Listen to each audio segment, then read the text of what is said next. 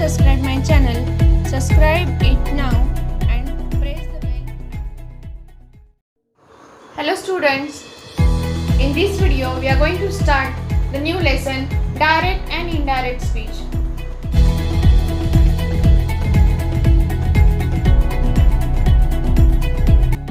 Before we go to the introduction, let me explain you what is direct and indirect speech.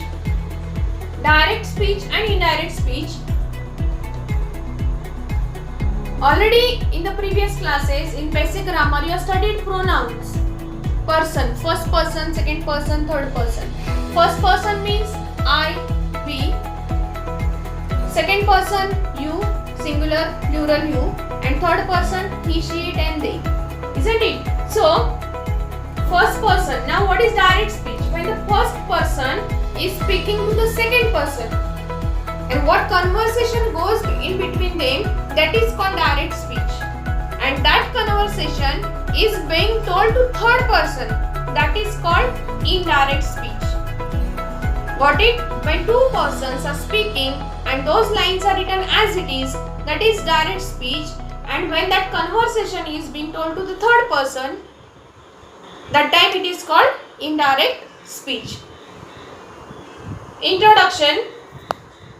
She said the cat drank milk.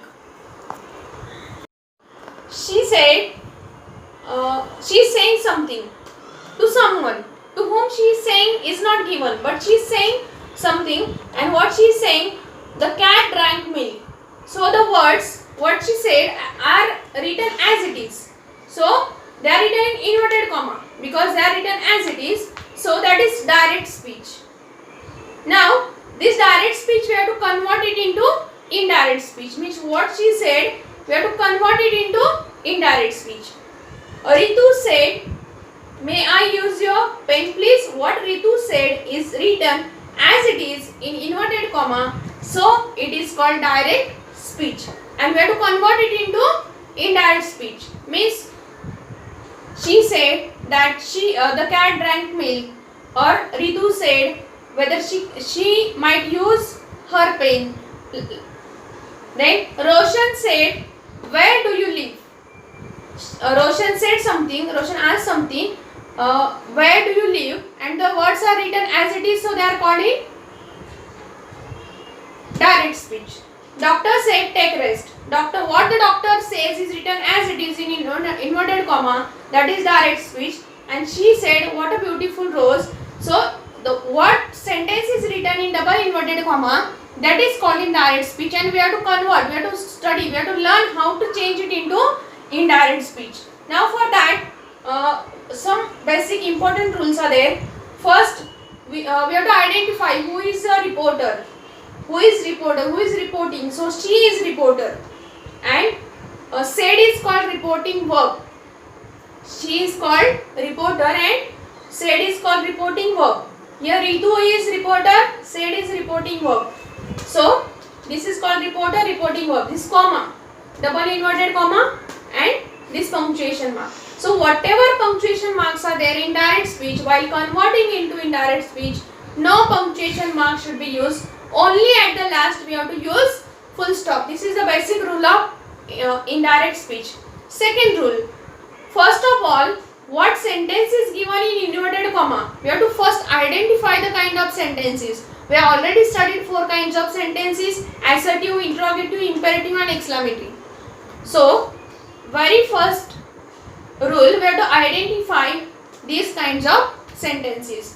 The cat drank milk is assertive sentence. May I use your pen please? Verbal question. Where do you live? WH question. Take rest, imperative sentence. And what a beautiful rose, exclamatory sentence. So various kinds of sentence, when used in direct speech, they all are having different rules to change into indirect speech. So first of all, we have to identify the sentence, kind of sentence.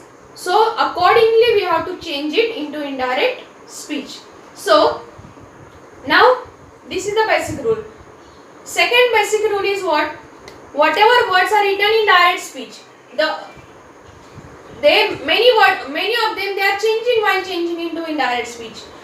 These words, reporting verb and reported verb, it is changing.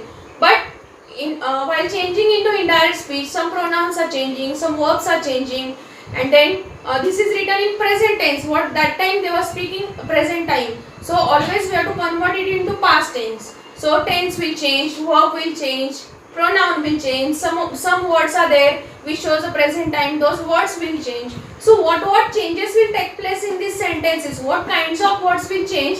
That we are going to see one by one in the basic rules or basic changes.